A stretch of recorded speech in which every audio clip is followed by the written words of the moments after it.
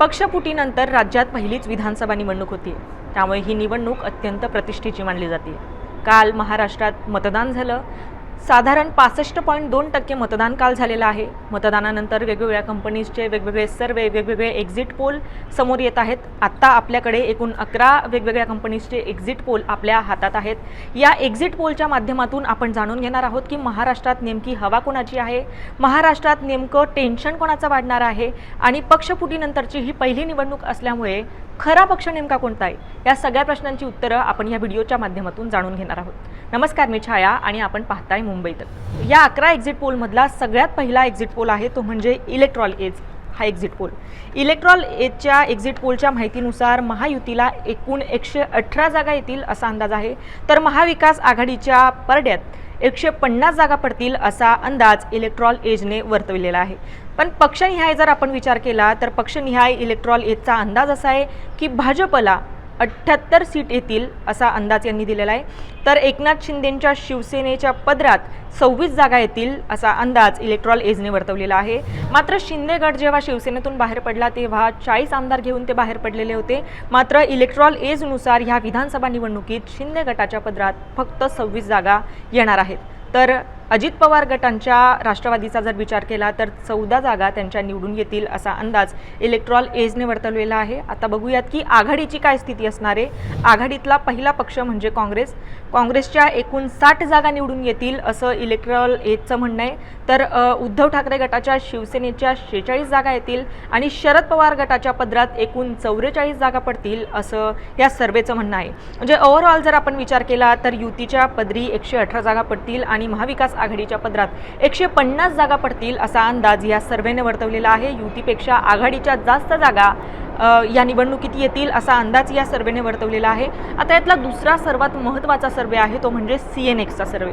CNXच्या सर्वेनुसार महायुतीच्या एकूण 160 ते 179 जागा निवडून येतील, तर महाविकास आघाडीच्या 100 ते 119 जागा निवडून येतील असा अंदाज या सर्वेने वर्तवलेला आहे। म्हणजे इलेक्ट्रॉल एजच्या अगदी अपोजिट हा सर्वे आहे। इलेक्ट्रॉल एजनुसार आघाडीच्या जास्त जागा निवडून येतील असा अंदाज येत होता, मात्र CNXच्या सर्वेनुसार युतीच्या पारड्यात जास्त जागा पडतील, 160 ते 179 जागा पडतील असा अंदाज या सर्वेने वर्तवलेला आहे।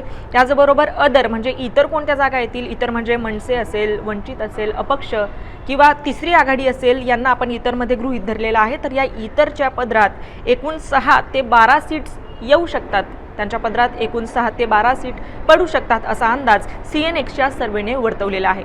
आता तिसरा सर्वे आहे पोल डायरीचा सर्वे। पोल डायरीच्या सर्वेनुसार महायुतीच्या पारड्यात 122 ते 186 जागा पडतील, महाविकास आघाडीच्या पारड्यात एकूण 70 ते 121 जागा पडतील आणि इतर म्हणजे मनसे, वंचित, तिसरी आघाडी आणि अपक्ष असं इतर सगळेच पकडले तर 12 ते 29 जागा इतर उमेदवारांच्या येतील असा अंदाज या सर्वेने वर्तवला आहे। या सर्वेने पक्षनिहाय सुद्धा आकडेवारी दिलेली आहे, तर भाजपच्या पदरात 77 ते 108 जागा पडतील असा अंदाज पोल डायरीने वर्तवलेला आहे, तर शिंदे गटाच्या पदरी 27 ते 50 जागा पडतील आणि अजित पवारांच्या NCPच्या राष्ट्रवादीच्या पदरात 18 ते 28 जागा पडतील असा अंदाज पोल डायरीच्या सर्वेने वर्तवलेला आहे। आता बघूयात आघाडीतली काय स्थिती असणार आहे।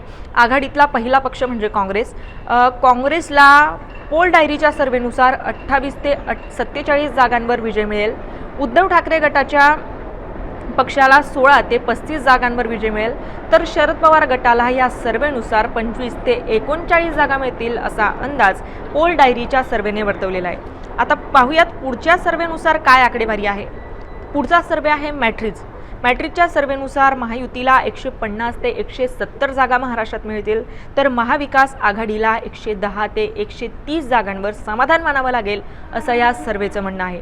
म्हणजे आणि यात इतरही आकडेवारी त्यांनी दिली आहे, तर इतर जे आहेत तिसरी आघाडी, अपक्ष, मनसे यांना 8 ते 10 जागा यांच्या निवडून येऊ शकतात असा अंदाज मॅट्रिकच्या सर्वेने वर्तवलेला आहे। इतर पक्षांची सखोल डिटेल आकडेवारी यांनी दिलेली नाही आहे। तर पुढचा पी मार्क हा सर्वे आहे। पी मार्कनुसार महायुतीला 137 ते 157 जागा महायुतीच्या पदरात पडतील, महाविकास आघाडीला 124 ते 146 जागा मिळतील, तर इतर जे आहेत त्यांना 2 ते 8 जागा निवडून येतील असा अंदाज या सर्वेने वर्तवलेला आहे. आणि पुढचा सर्वे आहे तो म्हणजे रुद्रा सर्वे. तुमच्या माहितीसाठी सांगते की लोकसभा निवडणुकीतला हा असा एकमेव सर्वे होता ज्याची आकडेवारी तंतोतंत बरोबर आलेली होती. त्यामुळे विधानसभा निवडणुकीतही रुद्राचा सर्वे जो आहे तो अत्यंत महत्त्वाचा ठरणार आहे. रुद्राच्या सर्वेनुसार महायुतीला 128 ते 142 जागा मिळतील, महाविकास आघाडीला 125 ते 140 जागा मिळतील आणि इतर जे आहेत त्यांना 18 ते 23 जागा मिळतील असा अंदाज रुद्राच्या सर्वेने वर्तवलेला आहे. आता पक्षनिहाय जर विचार केला तर महायुतीतला सगळ्यात जास्त सीट्स वर जो निवडणूक लढवत होता तो म्हणजे भाजप पक्ष. भाजपला रुद्राच्या सर्वेनुसार 80 ते 85 जागांवर विजय मिळेल. शिवसेनेच्या शिंदे गटाला 30 ते 35 जागा मिळतील, तर अजित पवार गटाला 18 ते 22 जागांवर समाधान मानावं लागेल. तर आघाडीचं जर पाहिलं तर आघाडीत काँग्रेसला 48 ते 55 जागांवर समाधान मानावं लागेल. उद्धव ठाकरे गटाला 39 ते 43 जागांवर समाधान मानावं लागेल, तर शरद पवार गटाला 38 ते 42 जागा मिळतील असा अंदाज रुद्राच्या सर्वेने वर्तवलेला आहे. आता पाहूयात JVS टाइम्स नाऊचा सर्वे काय म्हणतो. JVS टाइम्स नाऊच्या सर्वेनुसार महायुतीला 159 जागा मिळतील, महाविकास आघाडीला 116 जागा मिळतील, तर इतर 13 जागा मिळतील असा अंदाज JVS टाइम्स नाऊच्या सर्वेने वर्तवलेला आहे. प्रजातंत्र हा देखील एक सर्वे आहे, त्याची आकडेवारी आता आपल्या हातात आहे. प्रजातंत्रच्या सर्वेनुसार महायुतीला एकूण 127 जागा मिळतील, महाविकास आघाडीला 149 जागा मिळतील असा अंदाज प्रजातंत्रच्या एक्झिट पोलने वर्तवलेला आहे.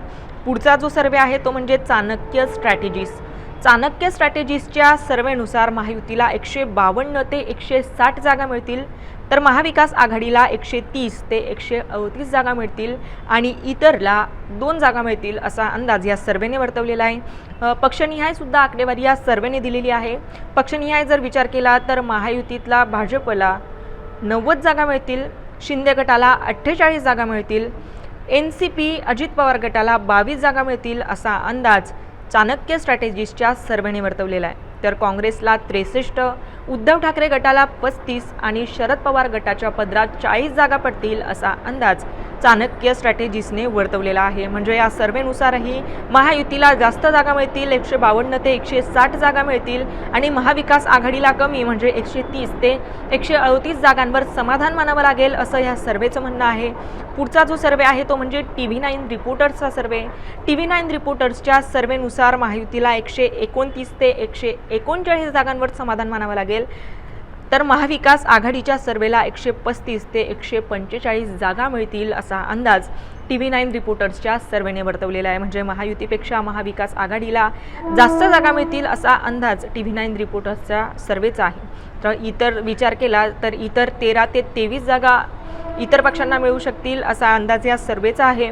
पक्षनिहाय जर विचार केला तर 81 भाजपला, शिवसेना शिंदे गटाला 25, तर NCP अजित पवार गटाच्या पदरात 22 जागा मिळतील असा अंदाज आहे, तर काँग्रेसला 50, उद्धव ठाकरे गटाला 44 आणि शरद पवार गटाच्या पदरात 42 जागा पडतील असा अंदाज या सर्वेने वर्तवलेला आहे. या 11 एक्झिट पोलच्या सर्वेतला सगळ्यात शेवटचा सर्वे आहे तो म्हणजे दैनिक भास्करचा सर्वे. दैनिक भास्करच्या एक्झिट पोलनुसार महायुतीला 125 ते 140 जागा मिळतील, महाविकास आघाडीला 135 ते 150 जागा मिळतील, तर इतरला 0 ते 25 जागा मिळू शकतात असा अंदाज दैनिक भास्करच्या सर्वेने वर्तवलेला आहे. यातला जर पक्षनिहाय आपण विचार केला तर भाजपला 80 ते 90 जागा मिळतील, शिवसेना शिंदे गटाला 30 ते 35 जागा मिळतील, NCP अजित पवार गटाला 15 ते 20 जागा मिळू शकतील. आघाडीतलं जर आपण बघितलं तर आघाडीतल्या काँग्रेस पक्षाला 58 ते 60 जागांवर समाधान मानावं लागेल, उद्धव ठाकरे गटाला 30 ते 35 जागा मिळू शकतील आणि शरद पवार गटाला 50 ते 55 जागा मिळतील असं दैनिक भास्करच्या या सर्वेमध्ये सांगण्यात आलेलं आहे. एकूण 11 सर्वेस 11 वेगवेगळ्या एक्झिट पोलबद्दल आता आपण जाणून घेतलं. मात्र ओव्हरऑल जर आपण विचार केला तर या 11 पैकी बऱ्यापैकी सर्वेसचा कल हा युतीकडे आहे. या 11 पैकी बऱ्यापैकी सर्वेस असे आहेत ज्यांचं म्हणणं आहे की महाविकास आघाडीपेक्षा महायुतीच्या सीट्स जास्त येतील. खरं तर आत्ताचं विधानसभा निवडणुकांमधलं वातावरण बघता कोकणात शिवाजी महाराजांचा पुतळा पडला, बदलापुरातलं प्रकरण चिघळलं यावरून आणि याचबरोबर पक्षफुटीमुळे कुठेतरी सहानुभूतीचं वातावरण आहे, ही सगळे मुद्दे गृहीत धरता महाविकास आघाडीच्या जास्त जागा निवडून येतील असा अंदाज वर्तवला जात होता. मात्र विधानसभा निवडणुकांआधी शिंदेंनी जो विविध योजनांचा धनुष्यबाण सोडलेला होता। त्यात लाडकी बहीण योजना असेल, मुलींना व्यावसायिक शिक्षणात फी सवलत असेल, फी माफी असेल, बस प्रवासात 50% सवलत असेल किंवा मुलांसाठी वेगवेगळ्या योजना असतील, अशा सगळ्या योजनांचा कुठेतरी फायदा झालेला आहे। लाडकी बहीण योजनेचा लाडक्या बहिणींनी कुठेतरी भावाला ओवाळणी दिलेली आहे, अशा प्रकारचं चित्र असू शकतं राज्यात, असा अंदाज या सर्वेच्या माध्यमातून सध्या दिसतंय। मात्र एक्झिट पोलचा सर्वे म्हणजे हा काही निकाल नाहीये, हा काही पक्का निकाल नाहीये, हा फक्त एक अंदाज आहे। त्यामुळे येत्या 23 तारखेला चित्र स्पष्ट होईल की खरा पक्ष नेमका कोणता आहे, महाराष्ट्रात नेमकी हवा कोणाची आहे। मात्र तुम्हाला महाराष्ट्रातल्या या राजकारणाविषयी काय वाटतं? युतीच्या जागा जास्त येतील की आघाडीच्या जास्त जागा येतील, हे आम्हाला कमेंट करून नक्की कळवा आणि अशाच व्हिडिओसाठी पाहत रहा मुंबई तक। धन्यवाद।